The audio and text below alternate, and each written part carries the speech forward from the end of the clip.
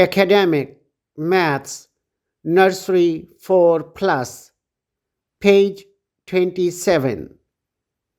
Dear children, today we will read about the numbers 11 to 15.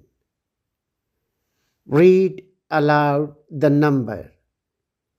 11 cups, 12 cherries, 13 cakes, 14 oranges, 15 pears. STEAM activity.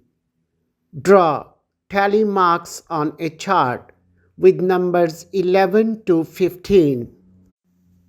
Ask your teacher to help you with this counting activity. Think and tell. What is another word for 12? Another word for 12 is dozen. Isn't it interesting that 12 has two names? Certainly, it is very interesting. Well done.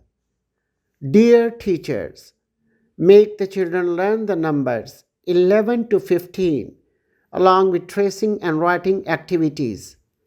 Help all children with STEAM activity. Ask them to count different objects and sort out sets of 11, 12, 13, 14, and 15. Ask each child to write the numbers on sand tray for better practice. Have a nice day.